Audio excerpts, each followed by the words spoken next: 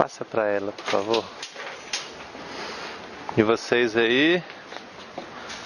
Quantas? Passa, por favor. Beleza. Então, a ementa está disponível nesse endereço que está aí na própria ementa, né? Ela está disponível online no site do Aprender. Vocês já podem começar a tentar acessar lá. Essa aula de hoje já está lá no Aprender também. E a aula de ontem também já está lá. Todos os slides estão lá. É só vocês acessarem. Vocês podem baixar isso aí e estudar tranquilamente. Diga. A senha eu acho que é essa, Valina. Alguém conseguiu acessar? Conseguiu? Conseguiu? Uhum. Mas os arquivos não estavam abrindo.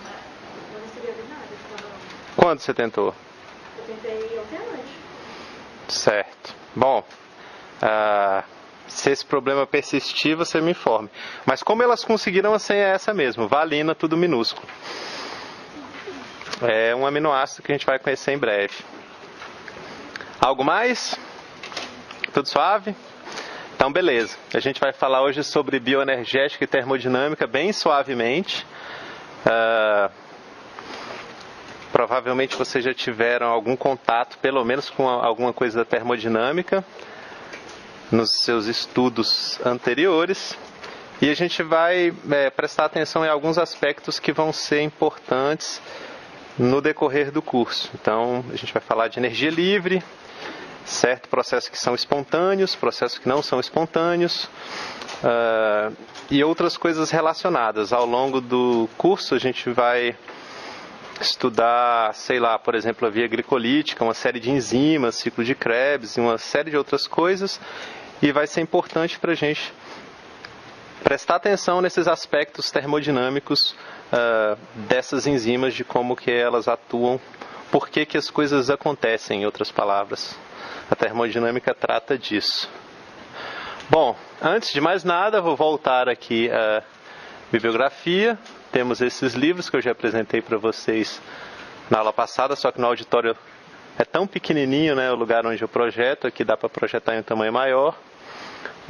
Esses livros provavelmente vocês conseguem achar eles online. Os veteranos podem ajudar nisso. E também tem disponível na biblioteca. E é interessante que vocês estudem, porque na aula não dá para abordar todo o conteúdo de cada capítulo. E quando vocês estudam pelo livro, vocês enriquecem o seu aprendizado, né? Aqui na aula a gente vê o que é principal e tal. Em muitas aulas eu vejo um capítulo inteiro do Leninger, mas é diferente de realmente ler o capítulo e tal.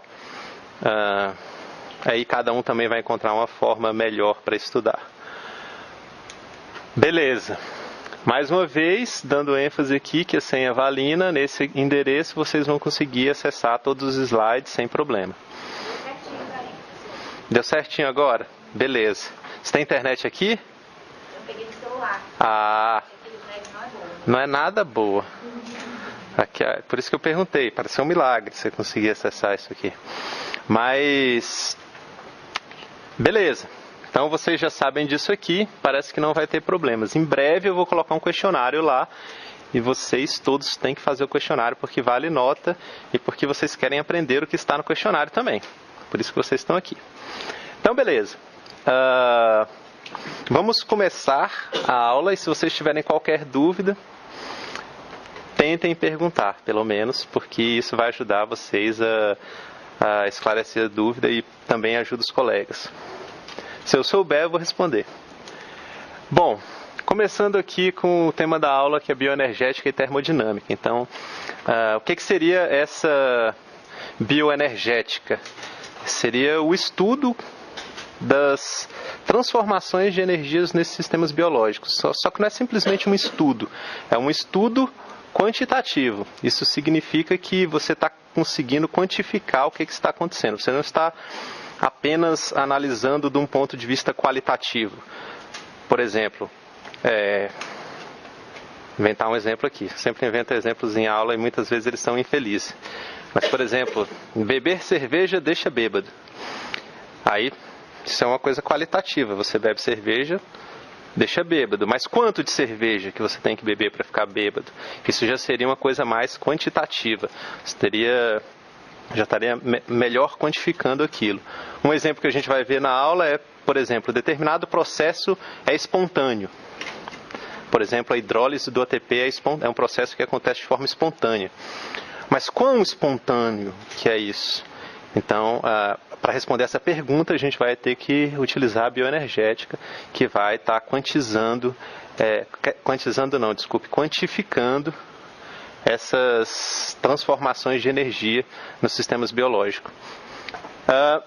A termodinâmica, basicamente, na definição de termodinâmica, bom, não precisa definir, mas a termodinâmica é um conjunto, uma disciplina da física que estuda os processos e como que eles acontecem, a espontaneidade desses processos ou a não espontaneidade deles e por que eles estão acontecendo ou não, ou seja, os componentes que vão estar contribuindo para que o processo aconteça ou não ocorra.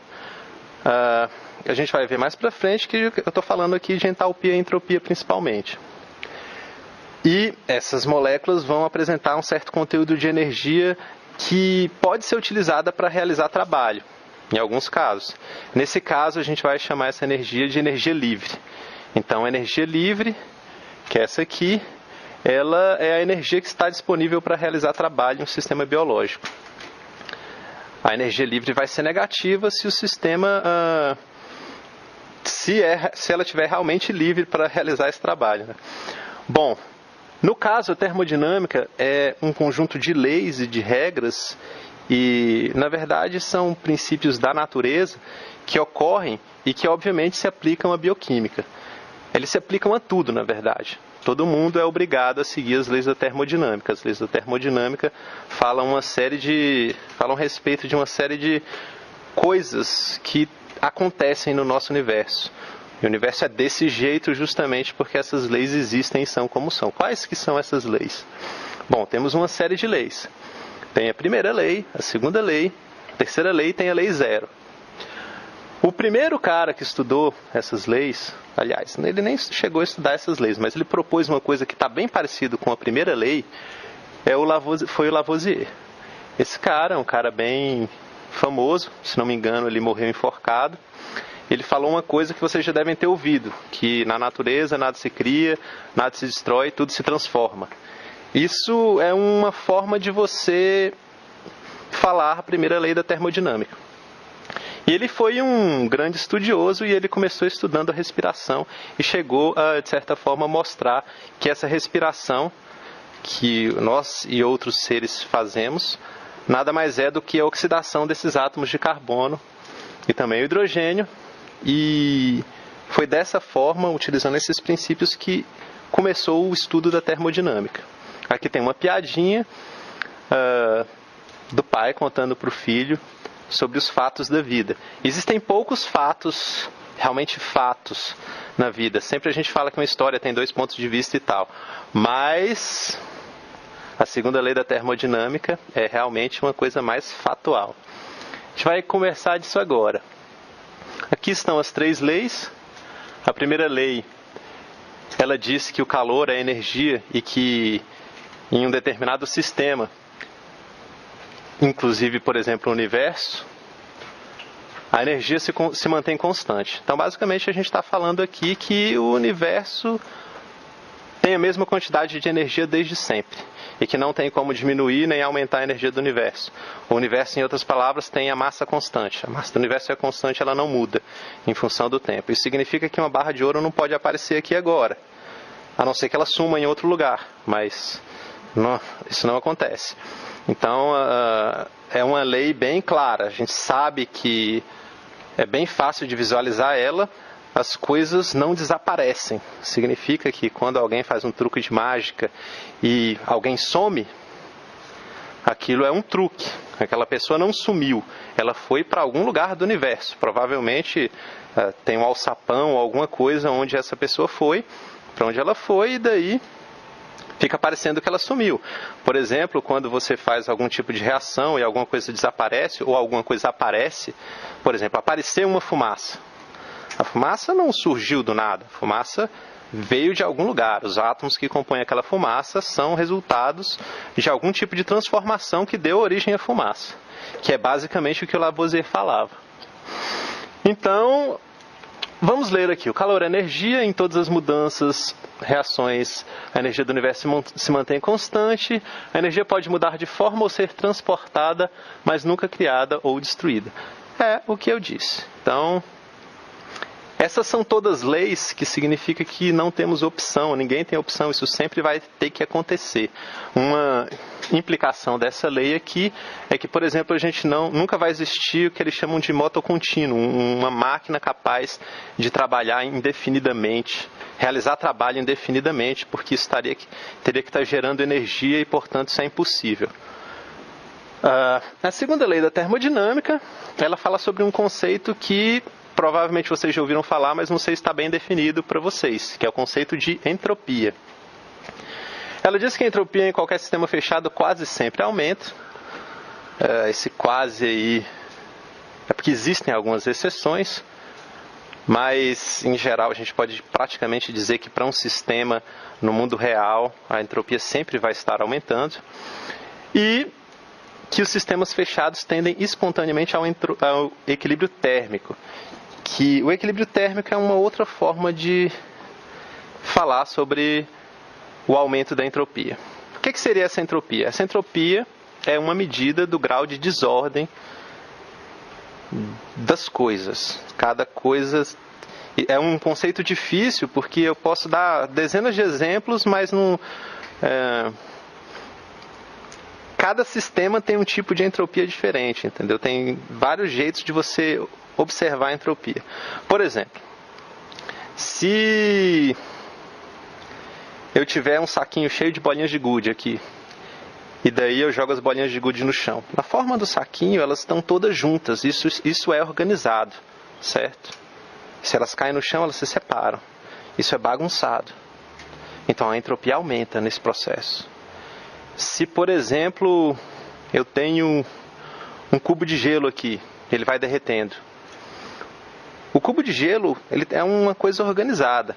E mais, a falta de energia ali, em comparação com o resto do ambiente, que está quente aqui e o cubo de gelo está frio, é uma forma de organização. Então o cubo de gelo vai derretendo e vai se tornando bagunçado. Tem vários outros exemplos. Por exemplo, se eu acendo um cigarro aqui e dou um trago, aí eu solto uma fumaça lá, um círculozinho de fumaça bonitinho.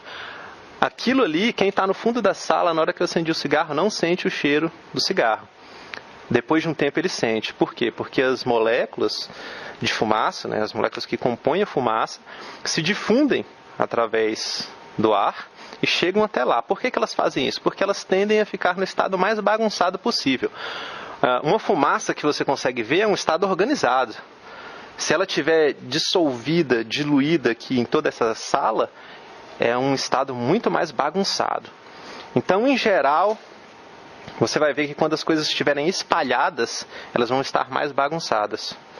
Quando elas estiverem mais juntas, ela vai estar mais organizada. A gente vê isso claramente no caso da difusão, que é o exemplo que eu dei.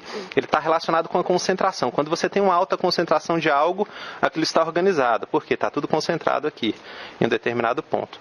Então, se você tem um copo d'água e você pinga uma gota de tinta ali, ela cai ali, você vê ela, rapidamente ela se difunde, porque ela vai se desorganizar, ela está muito organizada na forma de uma gotinha dentro de um copo d'água. Ela vai por difusão, vai se diluindo até deixar o copo de água todo cheio de partículas, de forma que a concentração dessa tinta no copo de água seja a mesma em qualquer ponto do copo de água. A gente usa isso o tempo inteiro, né, na nossa vida, se aproveita disso para fazer várias coisas, na cozinha, no laboratório, em vários lugares. Então essa entropia é É um termo que é difícil de ser entendido. Realmente não é muito fácil. E principalmente quando você vai estudar sistemas específicos, você vai ver que a entropia às vezes é complicado. Pode até parecer que as coisas estão se organizando, mas elas estão se bagunçando.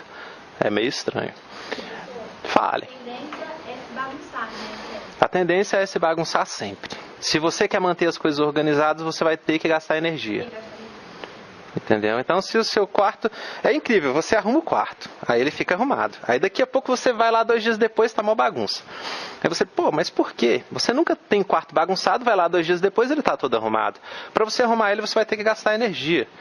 Então, você vai ter que pegar as coisas e organizar elas. Depois que você organizou elas, rapidamente elas vão se desorganizar. E não vão voltar a se organizar novamente.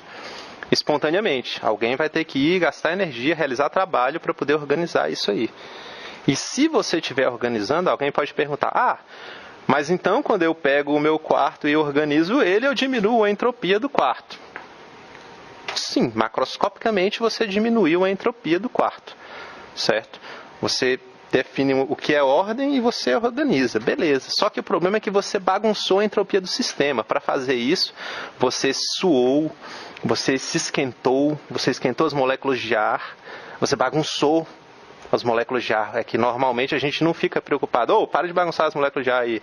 Não, a gente não está nem aí para elas. Mas elas se desorganizam, elas se bagunçam, aumenta a entropia. Então quando você está organizando uma coisa, com certeza você vai estar desorganizando outra. Não tem como não fazer isso. Diga. Pode relacionar de certa forma. A vibração das moléculas é mais relacionada ao calor. E o calor está, de certa forma, relacionado à entropia.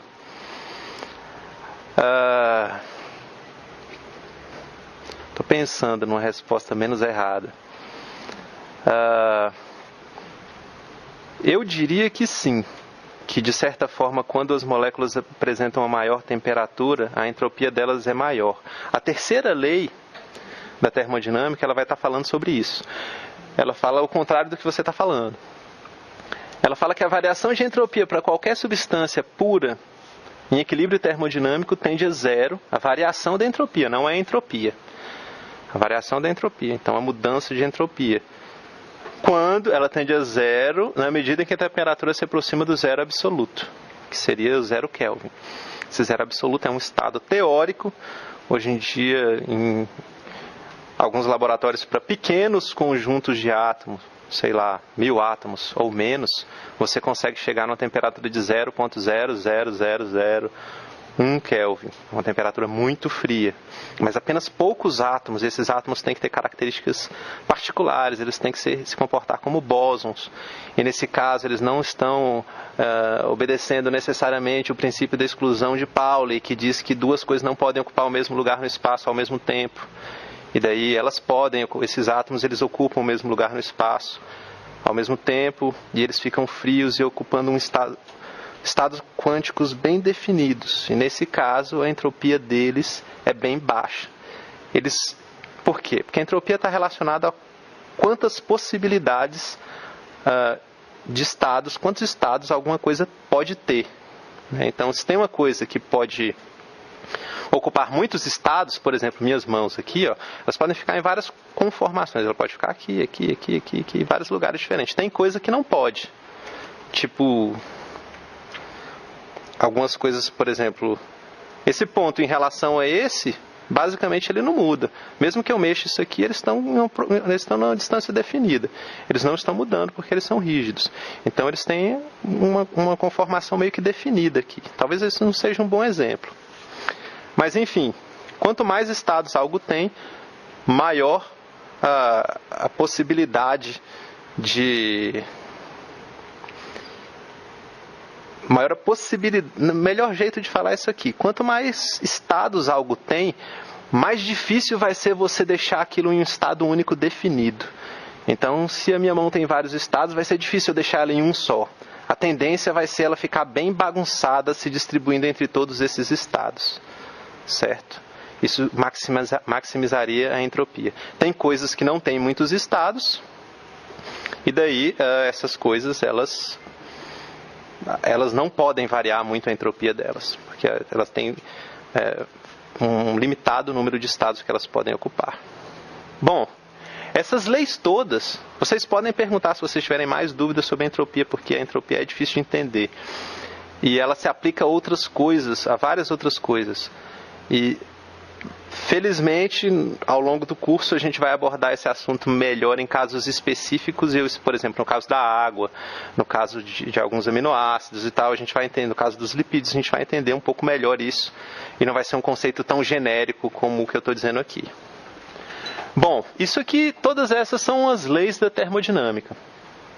Essas leis, elas são leis no sentido de que não tem como não seguir elas. São diferentes, por exemplo, de uma teoria. Que uma teoria é só uma proposição. Eu, por exemplo, tenho uma teoria de quem estudar, né, bastante vai passar nessa disciplina. Ela é uma teoria. Ela não é uma certeza, ela não é uma lei, não é garantido.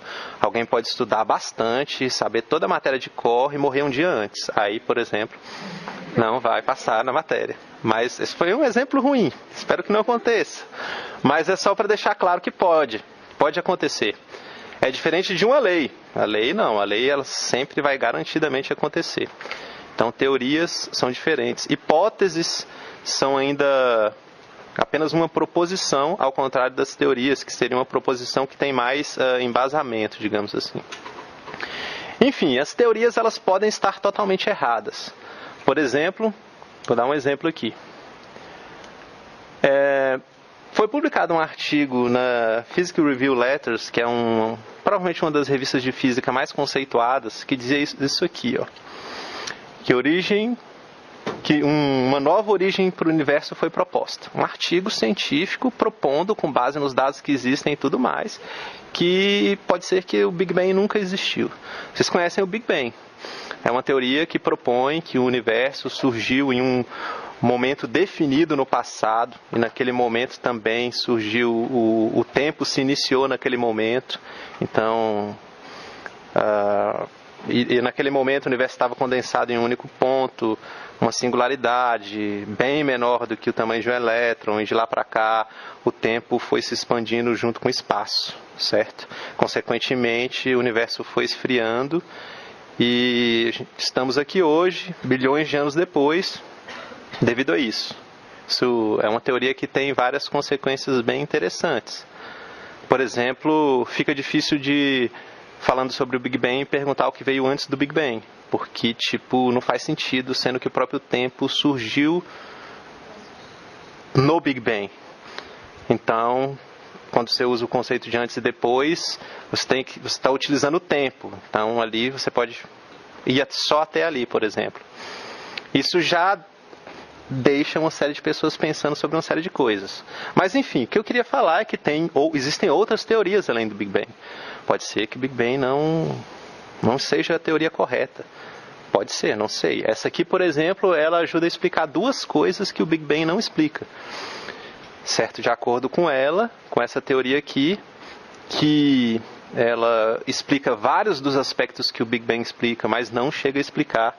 O Big Bang não chega a explicar tudo. Isso aqui acaba explicando coisinhas a mais.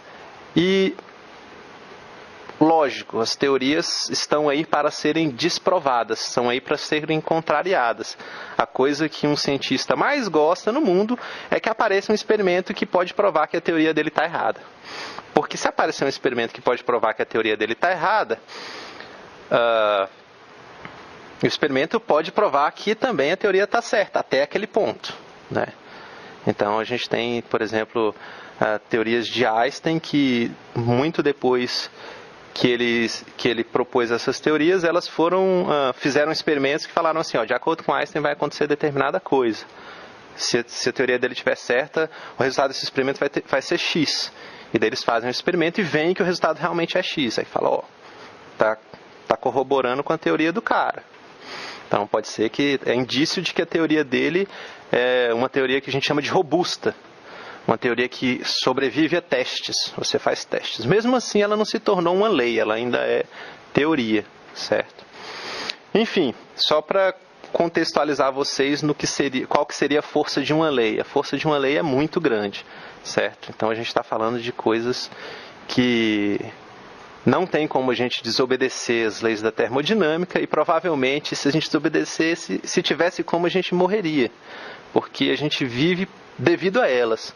A gente toma a natureza, né, utiliza essas leis, né, para fazer com que vários processos ocorram da forma que ela quer que ocorram. Não que ela quer, mas da forma que foi selecionado para que ocorresse. Beleza, vamos em frente, voltando para a aula como... Diga. O cubo de gelo então está cheio de entropia? O cubo de gelo está cheio de entropia? Não. Não, o cubo de gelo ele está em estado organizado. Ele está em um estado de... As moléculas de água estão todas mais ou menos juntas e em uma temperatura baixa e organizado, uma forma. Pode ser um cubo mesmo, um cubo. Na medida que ele vai derretendo, a entropia vai aumentando, porque essa água vai adquirindo uma outra forma, certo?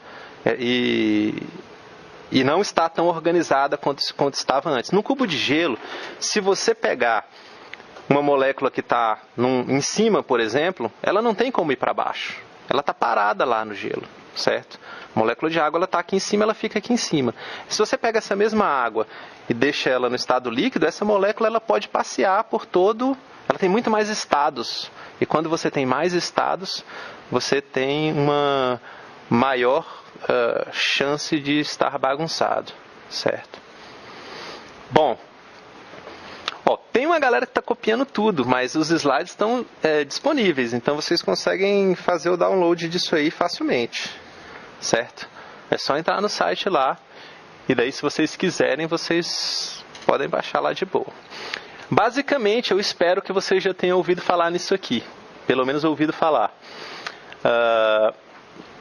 Nesse G aqui, que é o símbolo da energia livre, certo? Então esse ΔG, que provavelmente é o que a gente vai utilizar mais, seria a variação de energia livre. Essa energia livre, eu já comentei, seria uma energia que pode ser utilizada na execução de trabalho. Esse ΔH seria uma variação da entalpia do sistema. Essa entalpia, ela é uma medida de uma forma mais direta da energia mesmo. E vocês já devem ter ouvido falar em processos endotérmicos e processos exotérmicos. E processos endotérmicos são aqueles processos onde acontece a absorção de calor. Processos exotérmicos são aqueles onde acontece a liberação de calor. Vocês já devem ter ouvido também falar do ΔS, da variação de entropia. S é o símbolo de entropia. Então,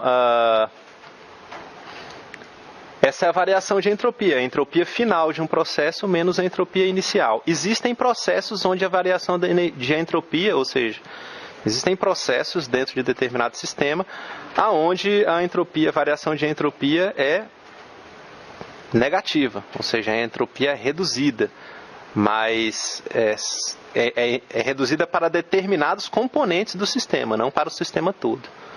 Correto?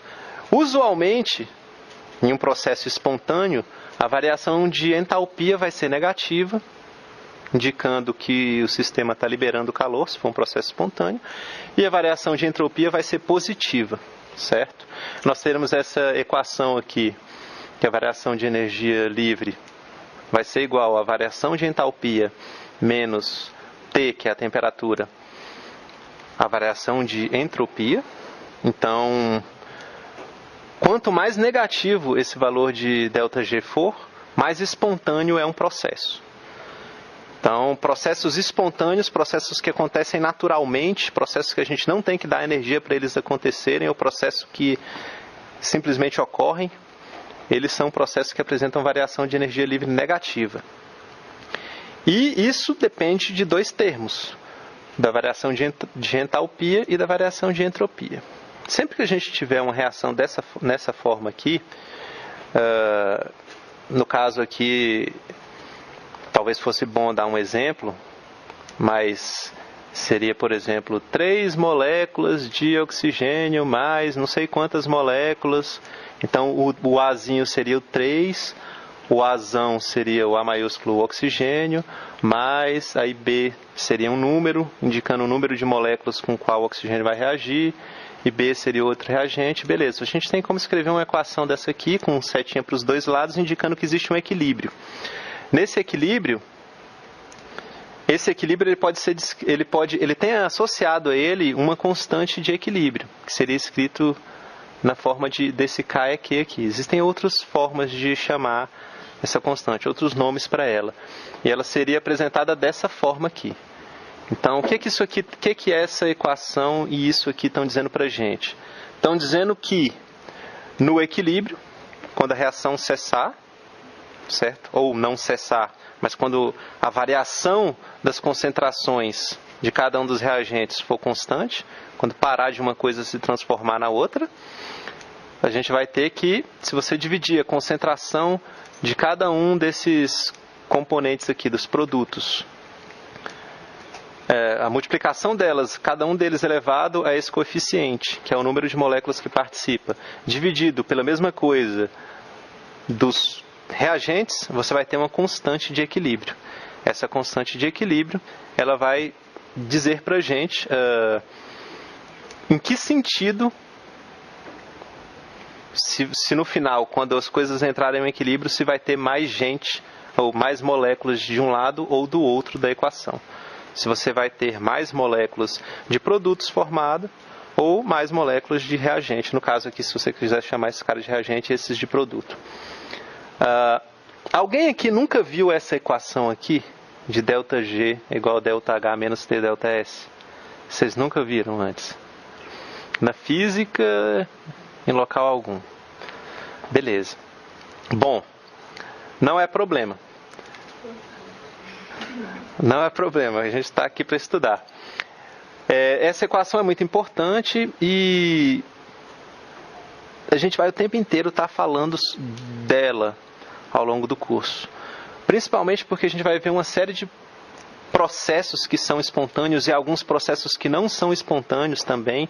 E a gente vai tentar entender isso em termos de ΔH, de variação de entalpia e de variação de entropia, certo? Aqui eu listei as unidades de cada uma desses termos, mas provavelmente a gente não vai fazer conta no sentido de resolver equações utilizando essa fórmula. A gente vai explorar bastante o conceito, que é mais importante que vocês entendam o conceito. Então, para complicar um pouco, na bioquímica a gente não usa o ΔG, a gente usa um ΔG', certo? Então, por quê? Porque o ΔG, existe uma convenção que quando a gente usa o ΔG, a gente está utilizando a variação de energia livre em condições padrão. E nas condições padrão, todos os reagentes e todos os produtos estão na concentração de 1 molar, todos os gases estão na pressão de 1 atm, a temperatura é 25 graus. E isso não corresponde a condições biológicas, certo? O que ele está falando aqui? Você vai pegar essa fórmula aqui, o que ele quer dizer condições padrão? Ele está falando que assim, para você determinar os valores de ΔG em laboratório para determinada reação, por exemplo, você vai colocar um ácido para reagir com um metal. Aí você vai colocar eles utilizando concentrações de 1 molar, certo? Se tiver algum gás, você vai manter a pressão de 1 atm e a temperatura você vai usar 25 graus. No caso, a gente não pode fazer isso porque para sistemas biológicos isso é totalmente diferente. Por exemplo, se você for fazer qualquer coisa que envolva um ácido, a concentração de hidrogênio de 1 molar vai ser igual a que pH. Qual o pH que é a concentração de hidrogênio de 1 molar? Vai ser um pH muito ácido, né? Então, assim, não corresponde ao pH celular. Por exemplo, esse é só um exemplo. No nosso corpo também a temperatura não é 25 graus, então isso não corresponde. Então a gente utiliza esse ΔG'0 para indicar que estamos utilizando temperaturas diferentes das padrão. Então Então, se você pegar um livro de química orgânica ou inorgânica, vocês vão ver escrito ΔG0. Mas nos nossos livros você vai ver ΔG'0. Certo? E daí, esse ΔG'0, ele pode variar. Se você estiver estudando humanos, por exemplo, você vai utilizar a temperatura de 37 graus. Se você estiver utilizando bactérias, você vai utilizar as bactérias que podem crescer nas mais diferentes temperaturas.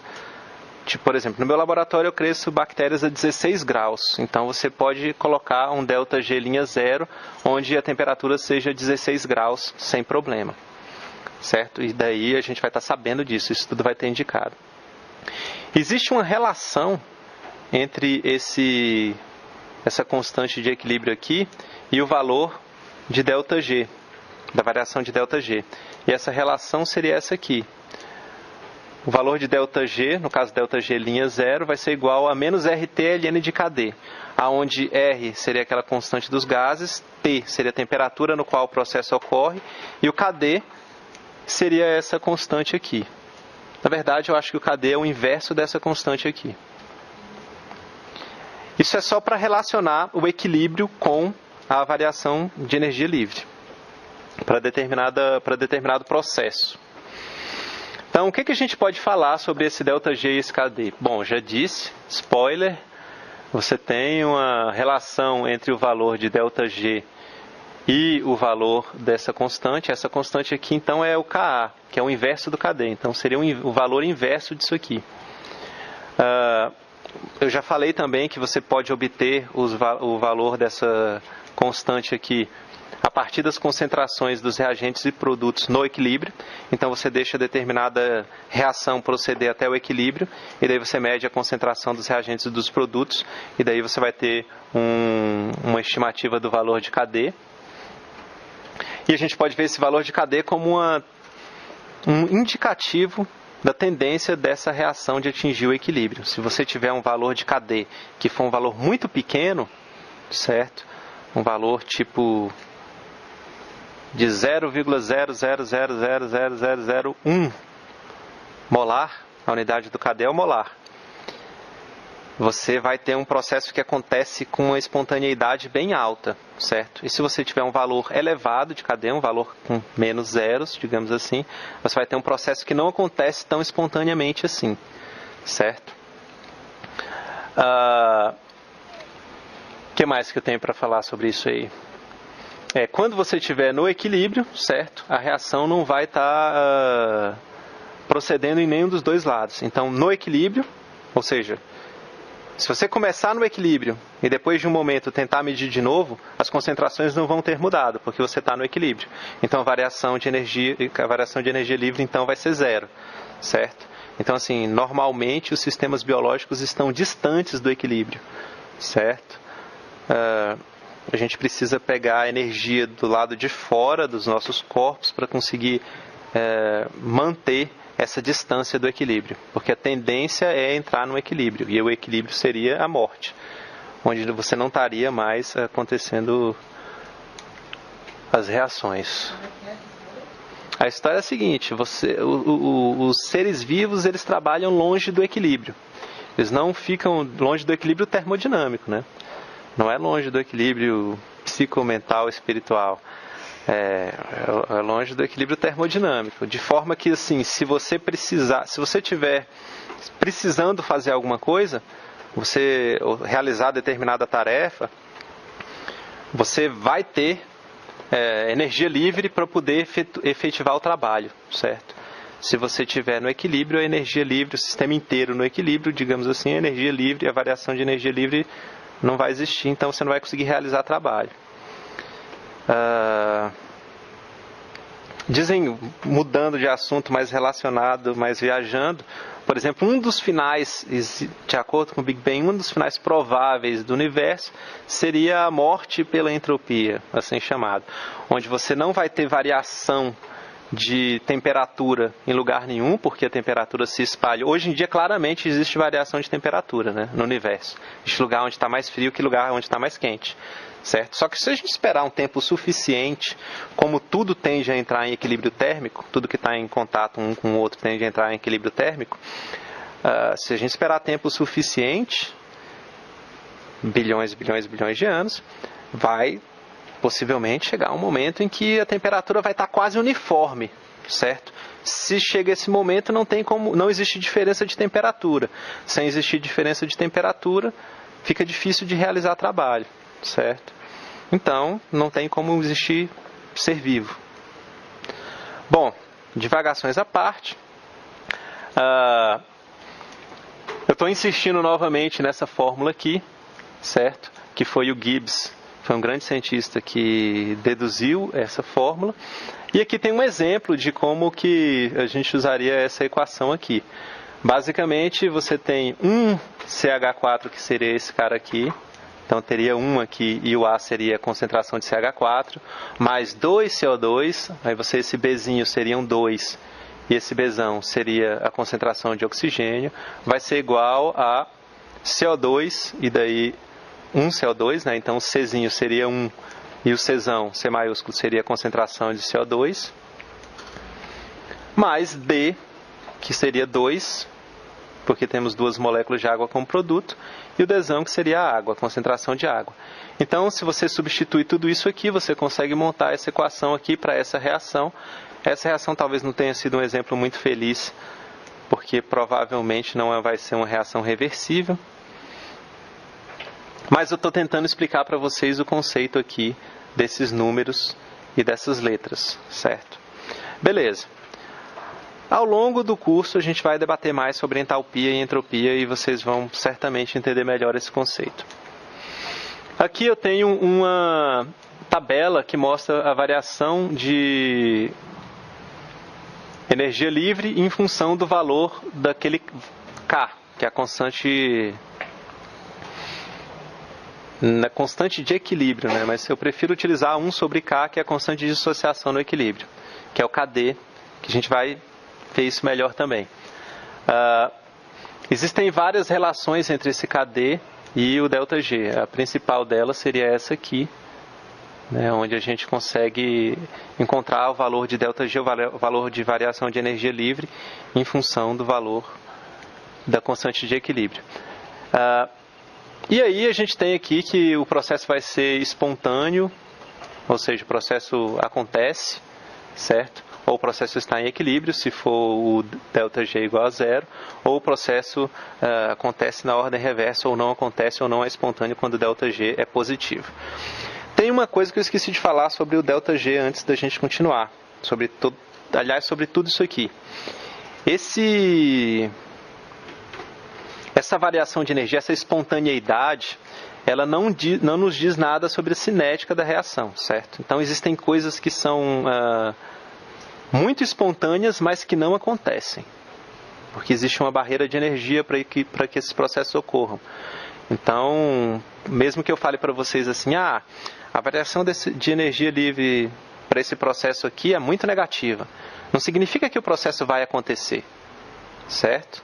Pode ser que demore, pode ser que aconteça, mas demore 1 milhão de anos, certo? Por exemplo, a formação do diamante, né? É um processo que acontece espontaneamente, né? Existem diamantes hoje, então o processo acontece, mas é um processo que é muito lento, acontece numa taxa muito lenta.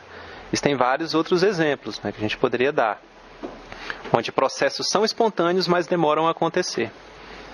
Então a gente tem que estar ligado nisso, de que o processo ser espontâneo não garante que ele vai acontecer de uma forma rápida, certo?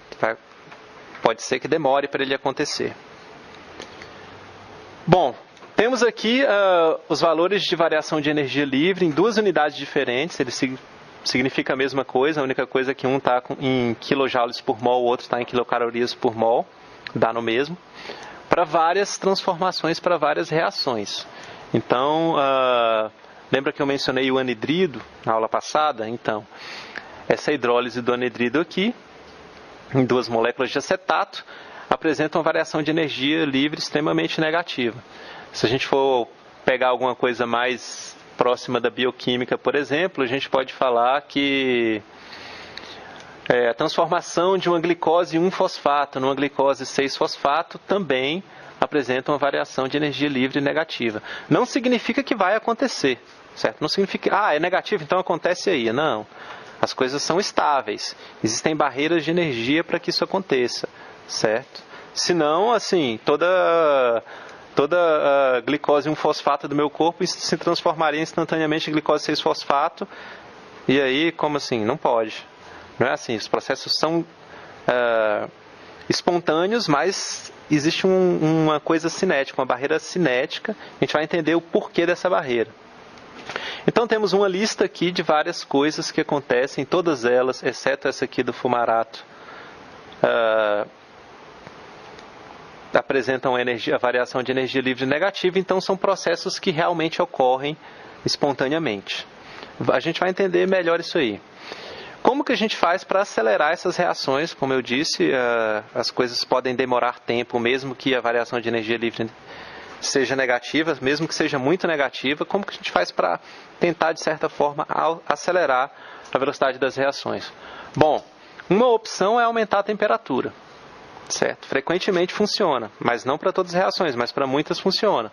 Contudo, a gente não pode aumentar, por exemplo, a temperatura de um ser vivo. E precisaria de uma outra reação para estar aumentando essa temperatura, certo?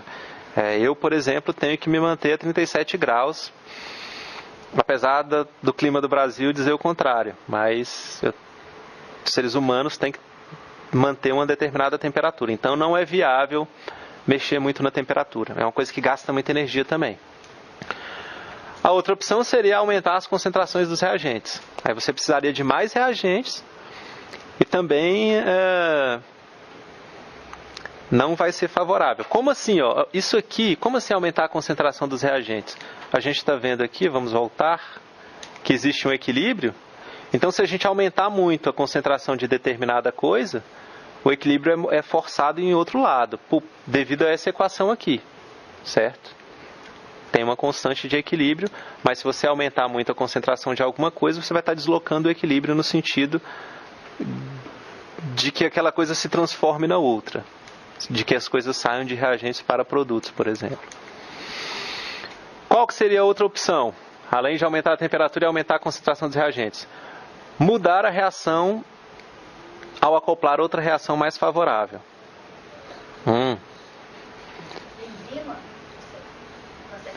A enzima seria esse outro caso aqui, a utilização da catálise para reduzir a energia de ativação.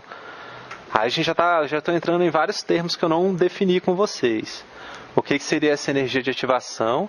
O que seria acoplamento de reação? Como que eu faço para acoplar uma reação para tornar uma outra reação mais favorável?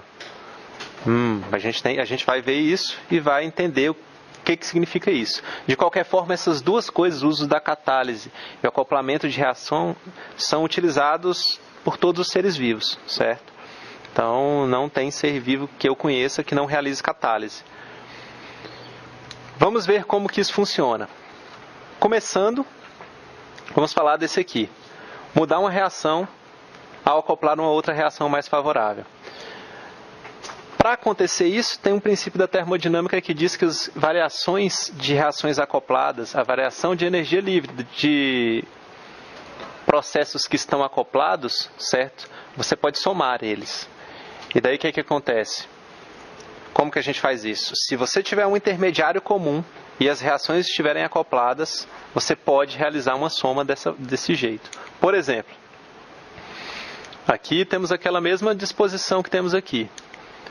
Vamos dar um outro exemplo. A glicose é mais um fosfato inorgânico, se tornando glicose 6-fosfato mais uma água. Certo? Essa é uma reação. A variação de energia livre dessa reação é 13,8 kJ por mol. Positivo. Então isso aqui não vai acontecer. Certo? Essa reação aqui não vai acontecer. Você pode pegar um monte de glicose, pode pegar um monte de fosfato, misturar, e não vai acontecer essa reação. Pode até ser que eventualmente, por acaso do destino, uma molécula, uma quantidade muito pequena, desprezível, aconteça, mas usualmente não vai acontecer. Essa outra reação aqui, se você pega um ATP e mistura ele com água, ele vai se transformar em ADP mais um fosfato inorgânico, e a variação de energia livre para isso vai ser 30,5 kJ por mol, negativo, menos 30,5, ou seja, esse processo aqui vai acontecer. Isso aqui vai acontecer. E daí, para acoplar as duas reações, a gente estaria fazendo o seguinte, colocando ATP junto com a glicose, e isso daria para a gente ADP e daria para a gente glicose 6-fosfato. Olha que legal. E a variação de energia livre, seguindo esse princípio aqui, seria quanto? Menos 16,7. Então isso aqui acontece. Aí alguém pode pensar, então beleza, vou pegar ATP, misturar com glicose, misturo ali, e daí vai formar a glicose 6-fosfato e ADP. Opa, não vai. Pode formar a glicose 1-fosfato, pode formar a glicose 6-fosfato também, pode ser que o ATP simplesmente se hidrolise, certo? Pode acontecer uma série de coisas. Por quê? Porque os processos não estão acoplados. Quando eu pego um pó de ATP e misturo com um pó de glicose e faço assim, eles não são processos acoplados, eles não vão estar produzindo isso aqui. Como que a gente vai conseguir acoplar esses processos? Bom, um dos jeitos de acoplar esses processos que os seres utilizam é esse aqui.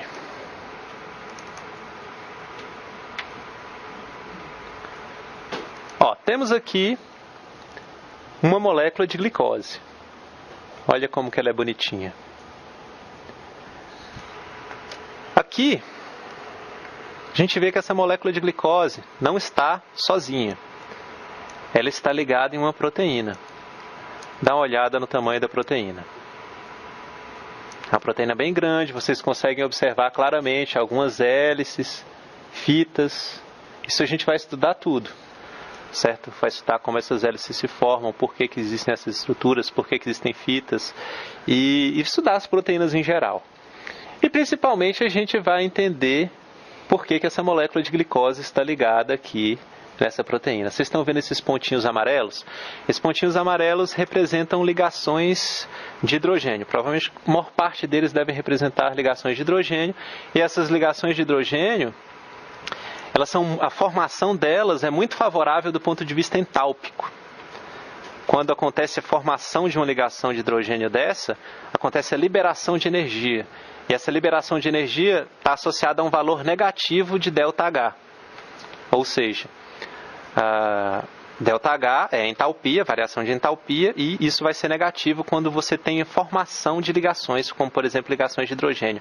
Então, pelo número de ligações de hidrogênio que vocês estão vendo aqui, deve ser favorável para uma molécula de glicose que esteja em uma solução onde tenha essa proteína também, para ela se ligar aí, certo? Porque ela vai estar fazendo várias ligações que vão ser favoráveis do ponto de vista entálpico. A gente não sabe muita coisa sobre a entropia do processo. E a gente está dando um chute no sentido da entalpia. Porque a gente não quantificou isso direito. Mas tem vários resíduos. Aqui a gente tem um grupo ácido interagindo aqui com a hidroxila da glicose. A gente tem outro grupo ácido aqui fazendo a ligação de hidrogênio com essa outra hidroxila. Aqui é uma carbonila fazendo outra ligação. E, enfim, essa glicose está aí ligada nessa proteína. Só que, se eu não me engano, aí tem um destaque aí para os resíduos que estão interagindo diretamente. São as cadeias laterais dos aminoácidos que a gente vai estudar também, que são em verde agora. Estão interagindo com essa molécula de glicose. Então a gente tem aqui uma lisina que tem um nitrogênio que está interagindo aqui com os átomos de oxigênio, certo? Então não é só interações de hidrogênio entre oxigênio e oxigênio. Tem nitrogênio também. A gente vai estudar isso e entender isso.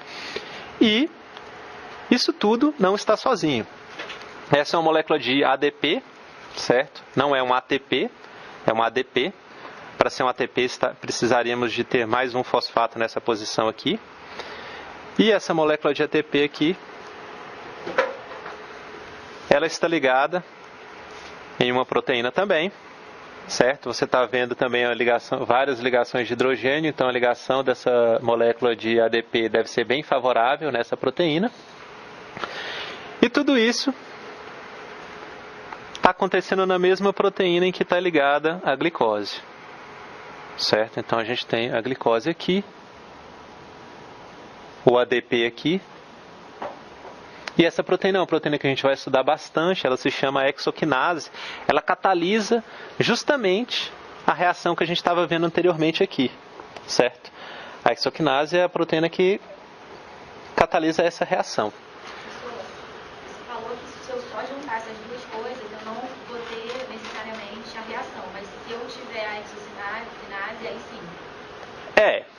Mais ou menos essa seria a lógica da ideia. Eu vou explicar um pouco melhor. Depois talvez volte lá no Paimol. A lógica é que aquela proteína que eu mostrei para vocês aqui, ela se liga à glicose e ela se liga ao ATP, certo? Ali eu estava mostrando um ADP por uma questão técnica. O pessoal que resolveu a estrutura resolveu com ADP. Mas ela se liga à glicose e se liga a ATP. Se a gente for reparar direito, eles estão relativamente próximos, certo? E o que a proteína vai fazer é justamente isso. Ela vai colocar a glicose posicionada em determinado lugar dentro da proteína, no sítio ativo dela. Vai pegar o ATP e posicionar em um outro lugar, muito próximo, de forma que fique bem próximo e orientado. A molécula de glicose não vai estar em qualquer orientação. Você viu que ela faz várias ligações de hidrogênio. Para fazer todas aquelas ligações de hidrogênio, ela tem que estar de determinada forma. Não pode estar rodada, não pode estar de forma nenhuma. Tem que estar ela só se encaixa de determinado modo ali. E a molécula de ATP também. Então, a enzima vai colocar a molécula de glicose muito próxima da molécula do ATP, numa orientação apropriada, certo? Numa conformação apropriada. Ela vai fazer isso através dessas ligações de hidrogênio que vão posicionar essas moléculas bem juntas. E aí sim, a reação vai acontecer uma reação que vai ser uma reação que, digamos assim, será acoplada. Será essa reação global aqui, certo? É uma reação de hidrólise do ATP acoplada à reação da formação da glicose 6-fosfato. Então, a enzima vai com certeza ter o papel fundamental de acoplar essas duas reações e ela vai utilizar, de certa forma, a energia livre da hidrólise do ATP para formar a glicose 6-fosfato. De certa forma, ela vai transferir um fosfato do ATP para a glicose, para a posição 6 da glicose. Certo? Então, o acoplamento de reações vai acontecer através da utilização de enzimas. E daí, quando a gente precisar fazer um processo que não é espontâneo, a gente usa enzimas para acoplar. A gente não, a natureza, né, selecionou enzimas para acoplar processos que tornem isso uma coisa espontânea. Beleza, a gente viu esse aspecto aqui. Ainda vou voltar nele algumas vezes. E a gente viu que o uso a gente vai ver agora melhor o que significa isso aqui, o uso da catálise para reduzir a energia de ativação. Aí eu estou usando o mesmo exemplo da hexoquinase. Então, vamos entender primeiro esse gráfico aqui. Ele é um gráfico onde a energia livre aumenta nesse sentido aqui, certo? Quer dizer, desculpe, a energia livre aqui é mais negativa nesse sentido aqui. Então, quanto mais para cima, mais negativa a energia livre, certo? E aqui é a medida em que a reação vai procedendo, certo? Então, por exemplo, para essa reação de glicose mais fosfato se tornando glicose 6-fosfato, você tem um aumento da energia livre, certo? Porque a glicose tem uma energia livre aqui embaixo, que é uma energia livre, digamos assim, mais positiva do que essa aqui. Essa energia livre aqui é mais negativa. Então, esse processo aqui vai ser desfavorável. A glicose não vai se ligar ao fosfato. Já a hidrólise do ATP é um processo bem espontâneo. Então, você precisa de uma certa barreira para ativar. Quanto maior essa barreira, mais vai ser difícil, mais vai demorar para esse processo ocorrer, certo? Mas essa barreira aqui é relativamente pequena, então a hidrólise do ATP acontece espontaneamente, muito facilmente, certo? E o processo geral seria a glicose mais o ATP se tornando a glicose 6-fosfato. E daí você vai somar esse tamanho aqui com esse tamanho aqui e vai ficar, no final das contas, com esse tamanho aqui. É basicamente a mesma coisa que a gente está fazendo aqui, certo? Então, essa energia de ativação, que seria essa pequena energia que a gente precisa inicialmente para que a reação proceda, ela sempre vai ser negativa, né? Então você sempre vai precisar de um pouquinho de energia para a reação acontecer.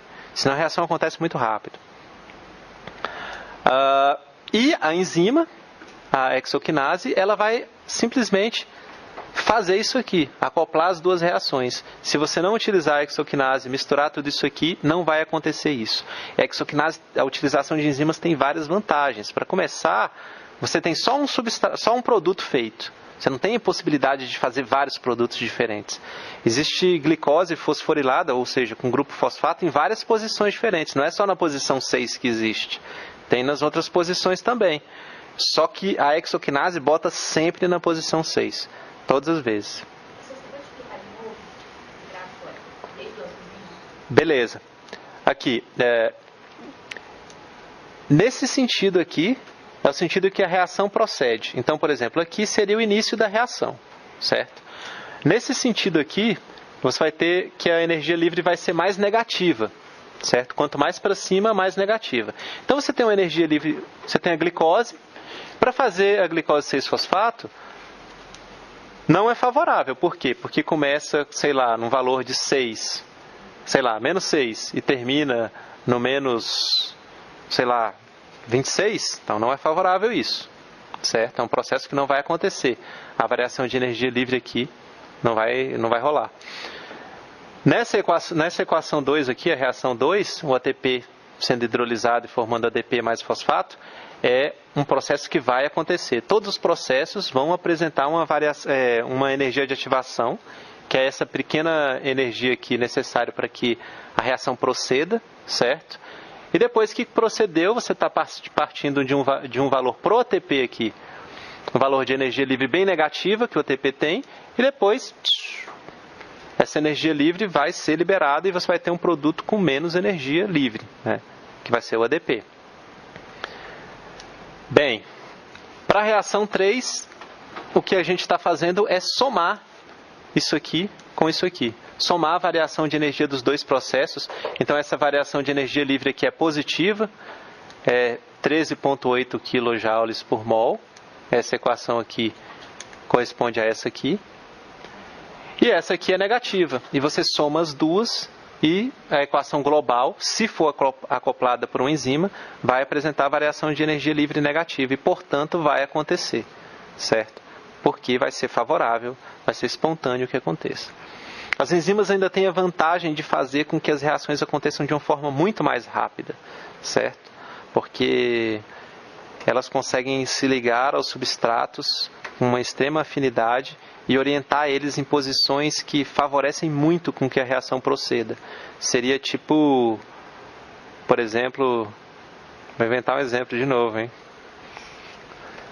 Por exemplo, você pegar duas pessoas que se gostam e colocar elas bem próximas uma da outra, assim, certo? E deixar elas assim, uma de cara com a outra. Provavelmente elas vão se beijar, porque o processo é espontâneo e se elas estiverem separadas assim, pode até acontecer, mas sabe como é que é? Meio enrolado.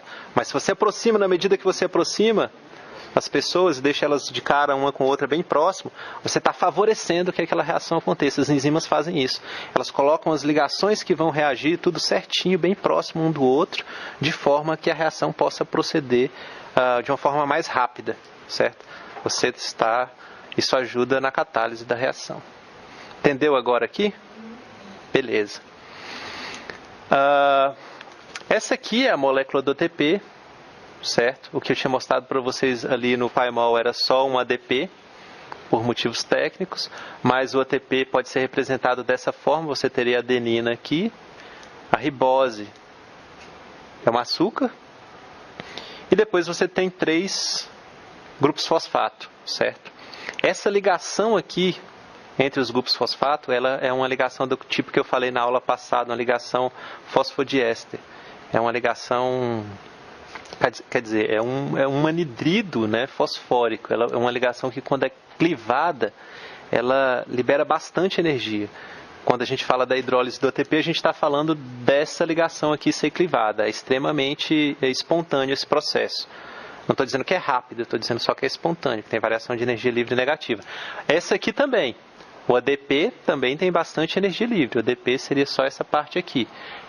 Essa ligação aqui também apresenta bastante energia livre e pode ser utilizada nos processos biológicos, em alguns inclusive é utilizada para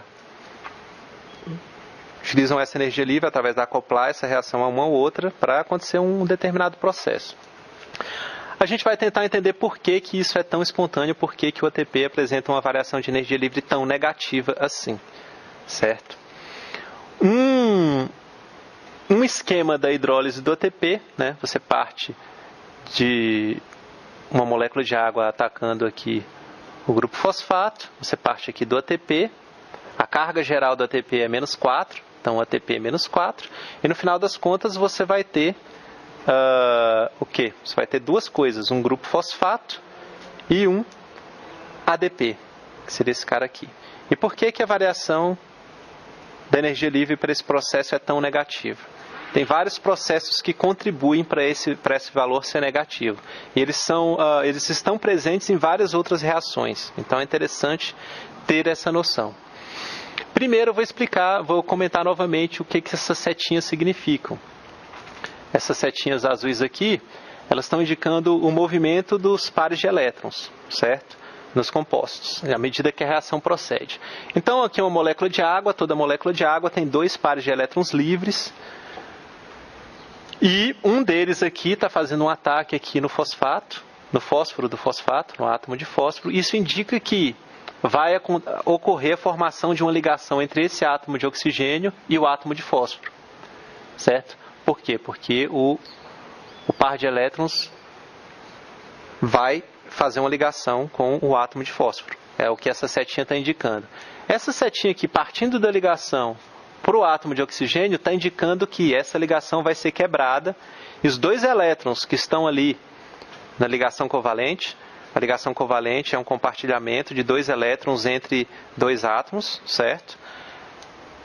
Então esses dois elétrons aqui, eles vão para o oxigênio. Esse oxigênio provavelmente vai ficar com uma carga negativa, vai ficar com os dois elétrons para ele.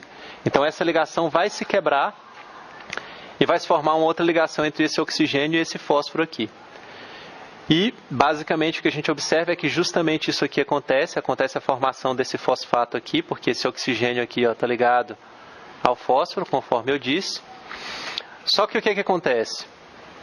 Primeiro, quando acontece a hidrólise aqui, conforme estamos vendo aqui, acontece o alívio da repulsão dessas cargas negativas. Tem muita carga negativa aqui, o ATP é menos 4. Então tem muita carga negativa próxima uma da outra, certo? Na hora que acontece a clivagem aqui, você está, de certa forma, aliviando um pouco esse estresse por ter tanta carga negativa junto. Um outro fenômeno acontece logo em seguida. Esse aqui é um grupo fosfato. Esse grupo fosfato não vai estar no vácuo, ele vai estar em água. E ele vai rapidamente entrar em ressonância, todos esses grupos aqui. Então essa carga menos 3 que ele tem, o grupo fosfato apresenta uma carga menos 3.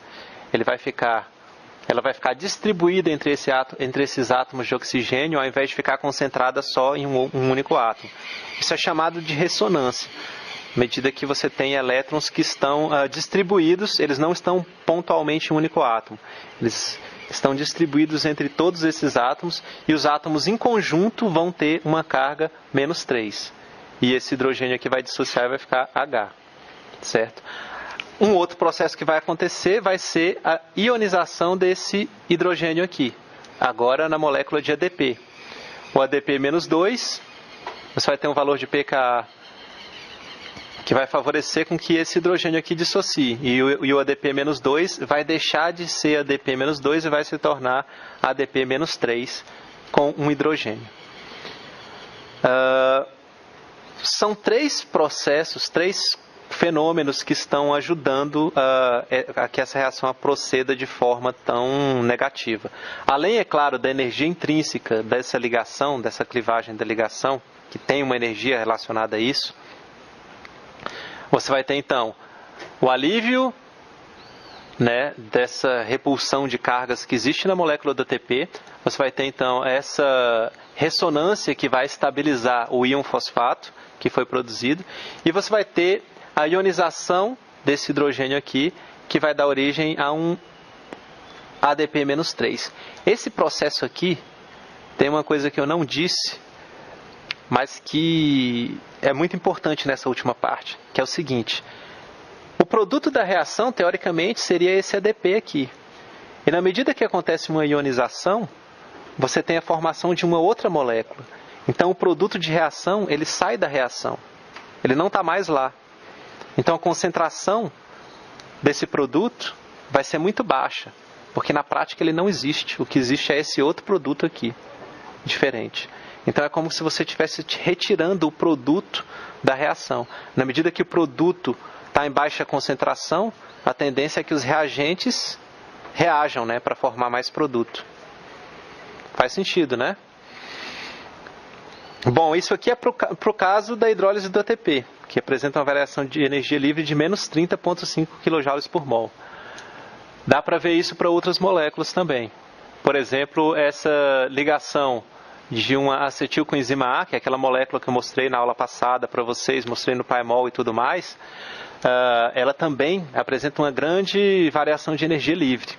Então, quando você tem uma acetilcoenzima A e ela sofre hidrólise, o que acontece? Você vai estar formando ácido acético, que seria isso aqui, certo? E daí esse ácido acético vai ser ionizado, porque é um ácido, vai entrar em ressonância e vai formar um íon acetato. E essa ressonância vai estabilizar.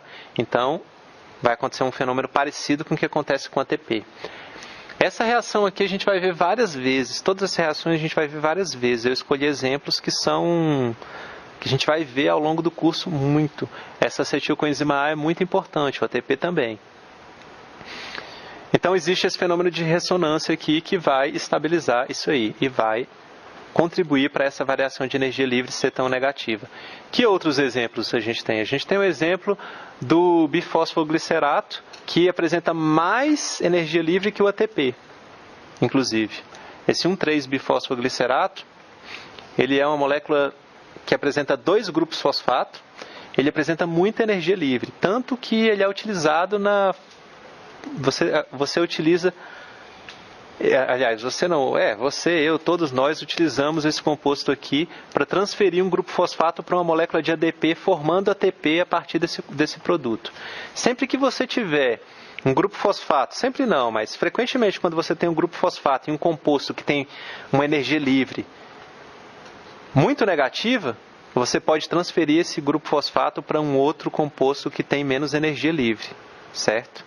Vai ser favorável essa transferência. Como foi, por exemplo, no caso do ATP para glicose, certo? Para glicose 6-fosfato, no caso. O que acontece aqui no caso do 1,6-bifosfoglicerato?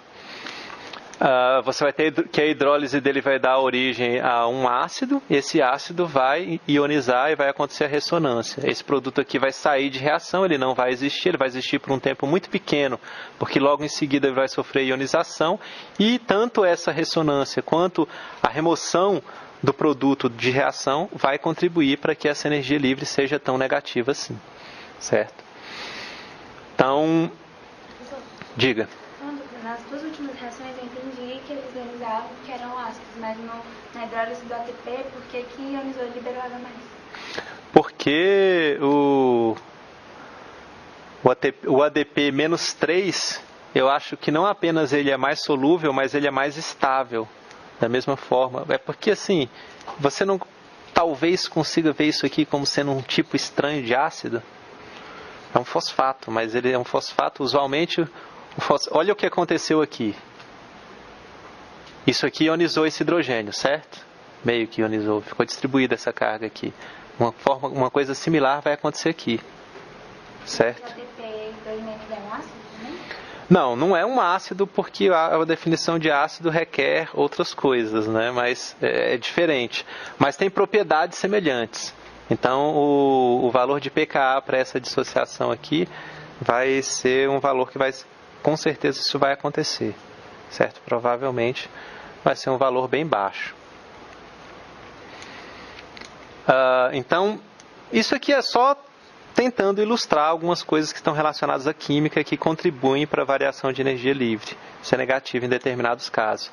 Um último caso aqui é um caso da fosfocreatina, que é uma molécula que é utilizada no nosso corpo para repor o ATP mesmo. A variação da energia livre da fosfocreatina, né, da hidrólise da fosfocreatina é menos 43. Por isso que o nosso corpo utiliza ela para formar ATP, certo? Então, vocês já devem ter visto que em lojas de suplemento e tudo mais, quem treina toma às vezes creatina. Não toma essa creatina fosfato porque ela é má absorvida.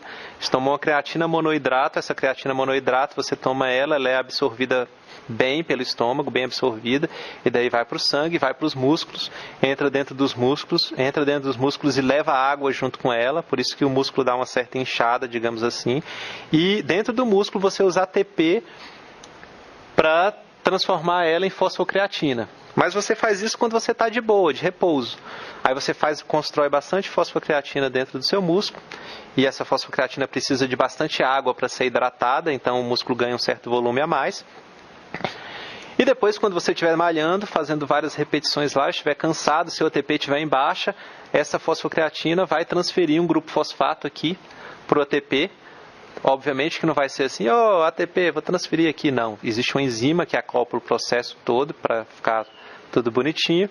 E daí você vai conseguir repor o seu ATP e ter um pouco de ATP para realizar mais exercício, certo? Então, essa molécula, ela também apresenta uma variação de energia livre bem negativa.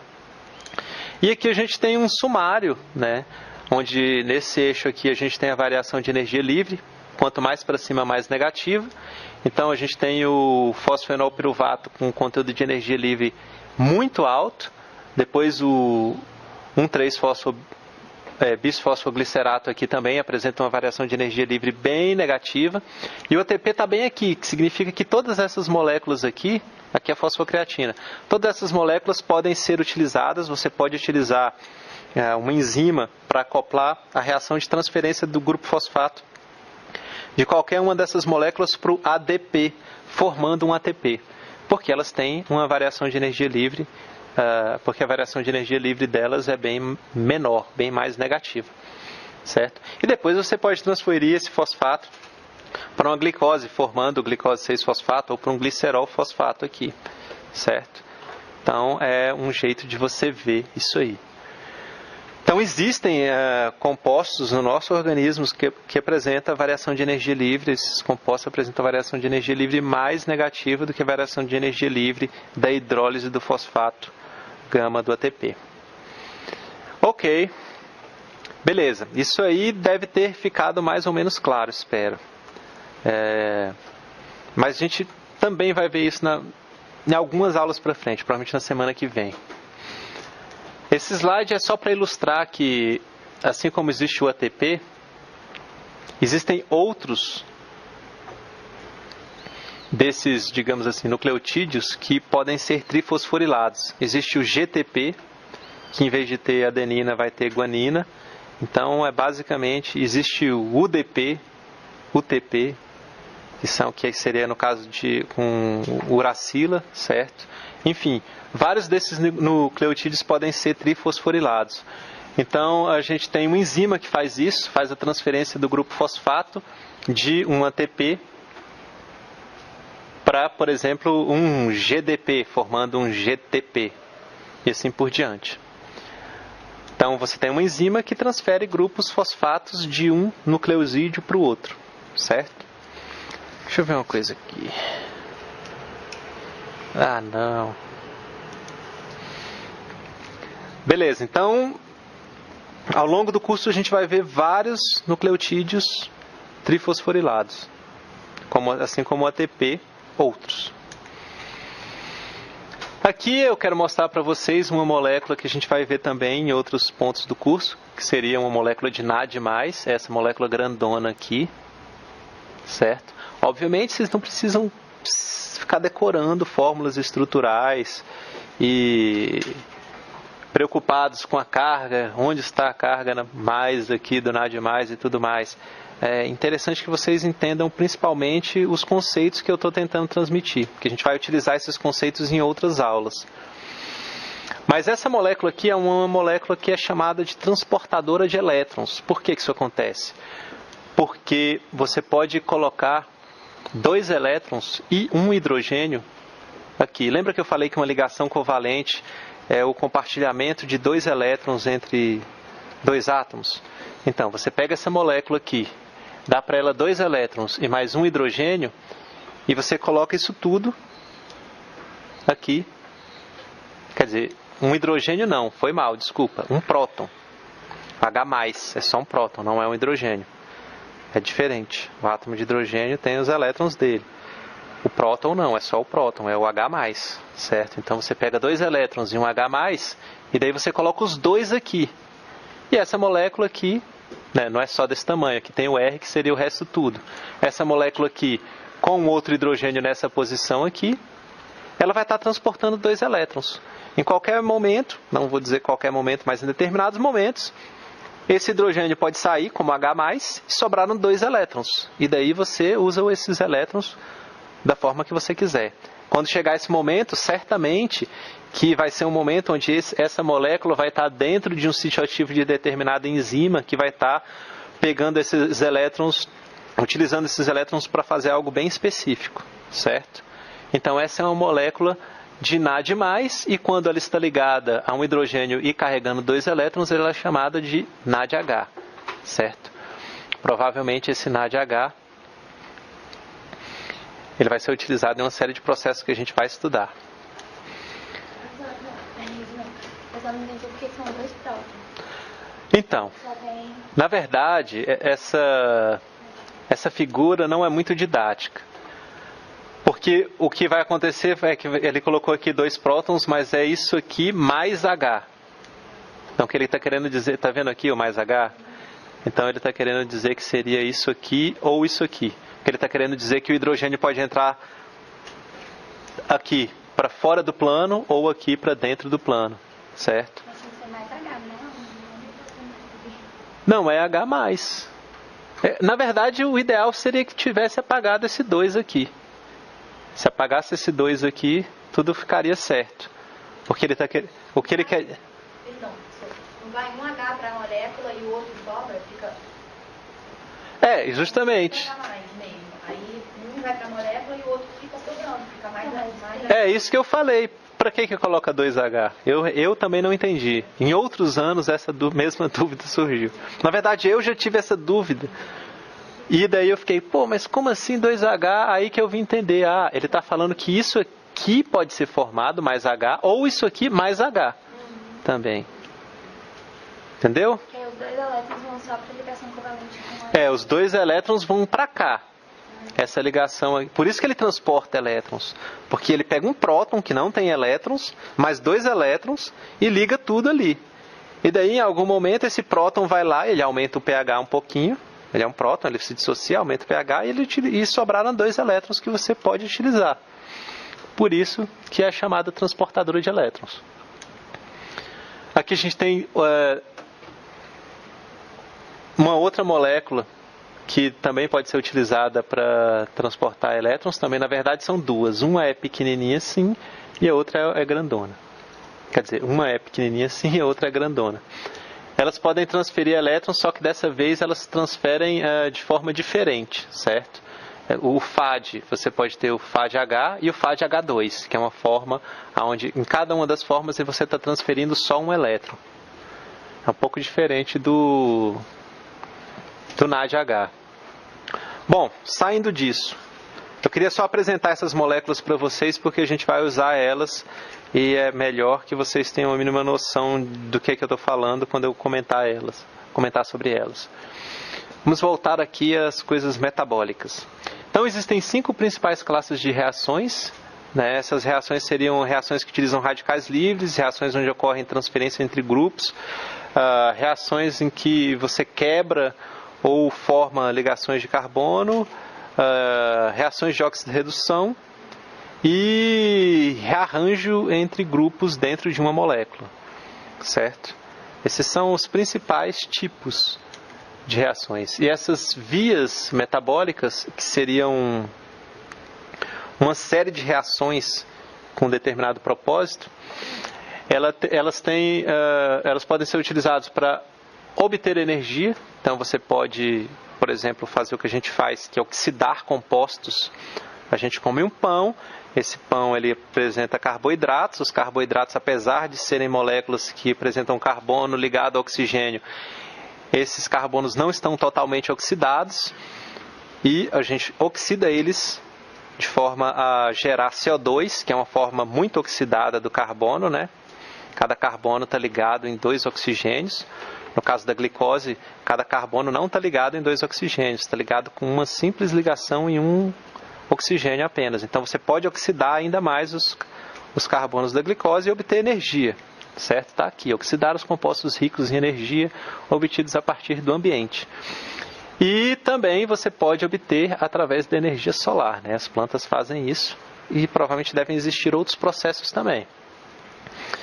Então, nas vias metabólicas, você pode converter moléculas em intermediários ou em outras moléculas que você tiver interesse. Você pode ter uma via que é utilizada para que você gere moléculas do seu interesse. Por exemplo, você pode ter uma via de síntese de nucleotídeos e depois você usa esse nucleotídeos para fazer essa outra coisa aqui, polimerizar os monômeros em polímeros. Você vai utilizar os nucleotídeos para produzir um DNA, que é um polímero de nucleotídeos, certo? E também você pode ter uma via que vai ser utilizada para degradar essas biomoléculas, ou também para sintetizá-las. Essas são as vias, as principais funções das vias metabólicas. Assim como essas vias automotivas, as vias metabólicas podem ser bem complicadas, né? Se você não conhece bem, principalmente quando você for ver os mapas metabólicos, a coisa complica bastante. Mas aqui a gente tem um exemplo bem legal, onde a gente vê claramente que em uma determinada via, no caso é uma via de mão dupla, como muitas no nosso organismo, o que importa aqui é o fluxo. Nesse sentido aqui o fluxo está intenso e nesse sentido aqui o fluxo está tranquilo, né? Então aqui seria um momento, por exemplo, onde uma via, por exemplo a via glicolítica, estaria acontecendo com uma grande intensidade em determinado sentido, no sentido de glicose chegar até o piruvato, certo? Então a via está funcionando bem intensa. E no outro sentido não vai estar acontecendo, certo? Uma coisa que esse slide não fala, que eu não escrevi aqui, mas que é muito importante, na verdade eu escrevi. É esse esquema aqui, a regulação da via. É muito importante que você tenha em uma determinada via, uma via onde acontecem várias reações seguidas para a obtenção de determinado produto, é muito importante que isso seja extremamente regulado, de forma que você não vai formar aquele produto se você tiver em excesso ou se você tiver uma outra prioridade no momento. Às vezes, por exemplo, é muito importante você sintetizar proteínas e tal, mas pode ser que você tenha outras prioridades naquele momento e que não seja muito importante. Então as vias são reguladas para impedir que isso ocorra. Essa regulação vai acontecer tanto, igual eu mencionei aqui, por produtos da mesma via, ou pode acontecer uma regulação por coisas que não tem nada a ver com a via. Por exemplo, algum tipo de hormônio que está no seu sistema e tudo mais, e está indicando que o seu corpo está precisando de uma outra coisa naquele momento. Então, nessa via aqui, por exemplo, nós partimos de um produto A, vamos obter um intermediário B, um intermediário C, um intermediário D, um intermediário E, até obter o produto final F. Então, essas vias estão acopladas, né? Se você não tiver esse A aqui, você não vai conseguir fazer o D. Então, em algum momento, vai ter que acontecer alguma regulação. O que vai definir a concentração final de F? A disponibilidade de todas essas enzimas, principalmente a disponibilidade desse primeiro cara aqui e a regulação que vai ser feita em algum momento nessa via. Provavelmente, em geral, a regulação acontece logo no princípio da via. Mas a regra mesmo, que eu vou até dar um spoiler para vocês, não costumo falar isso, mas a regra é a seguinte: a regulação quase sempre vai acontecer nos pontos onde a variação de energia livre é muito negativa.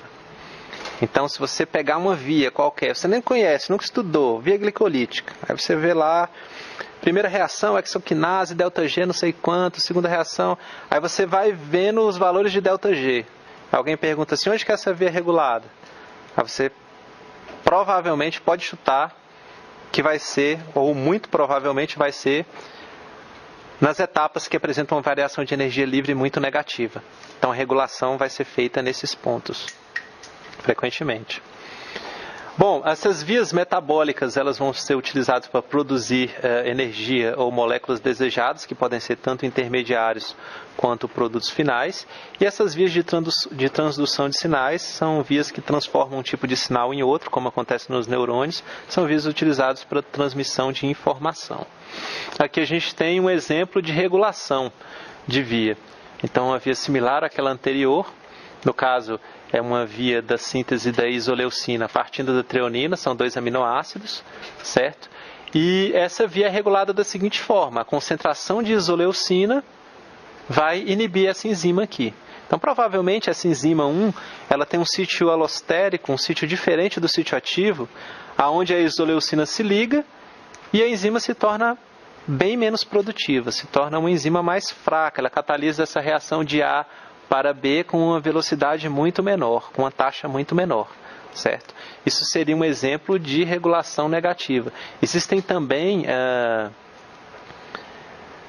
moléculas que podem aumentar a atividade de uma enzima. Da mesma forma que essa isoleucina está impedindo, está inibindo a atividade dessa enzima, pode ser que exista uma molécula que, se estiver presente, aumente a atividade dessa enzima, certo?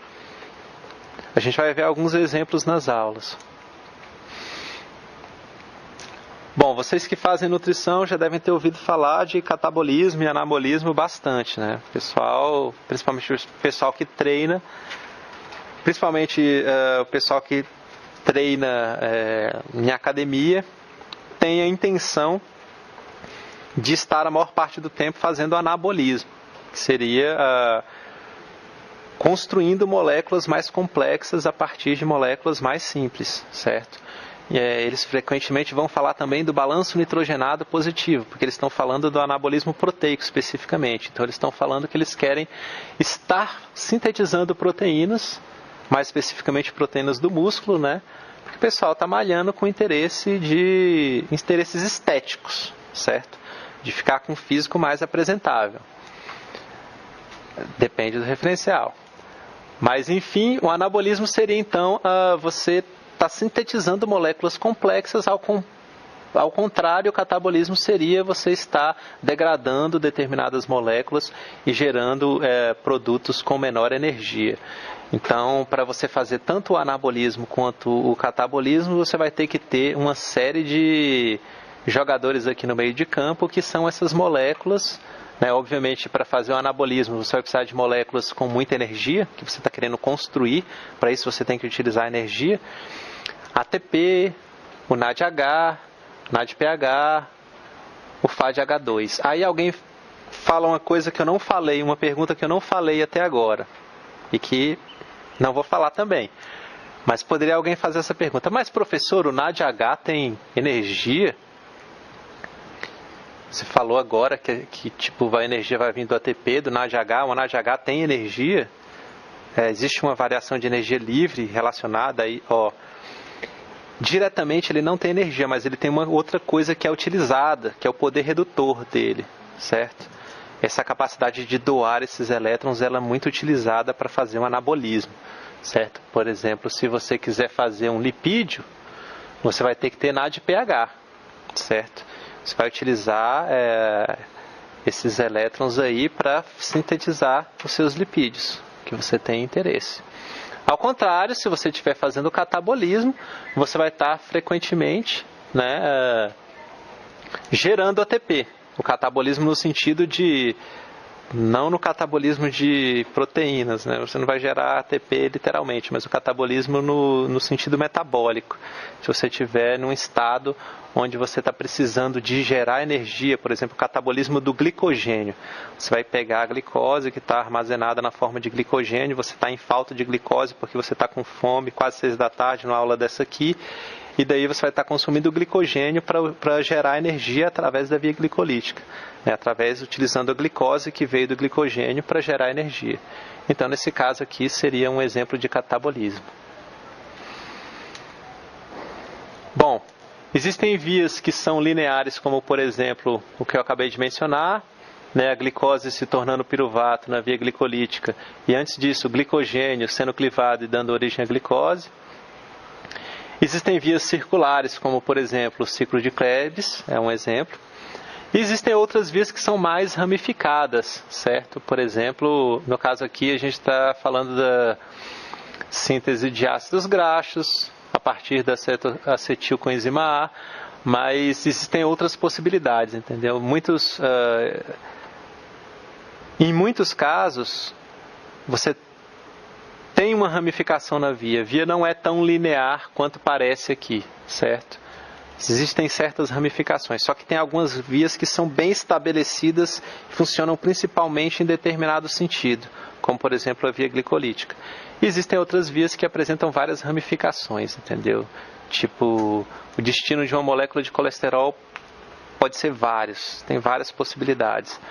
O destino de uma molécula de glicose, dependendo do tipo celular, muito provavelmente a gente vai saber qual ele é.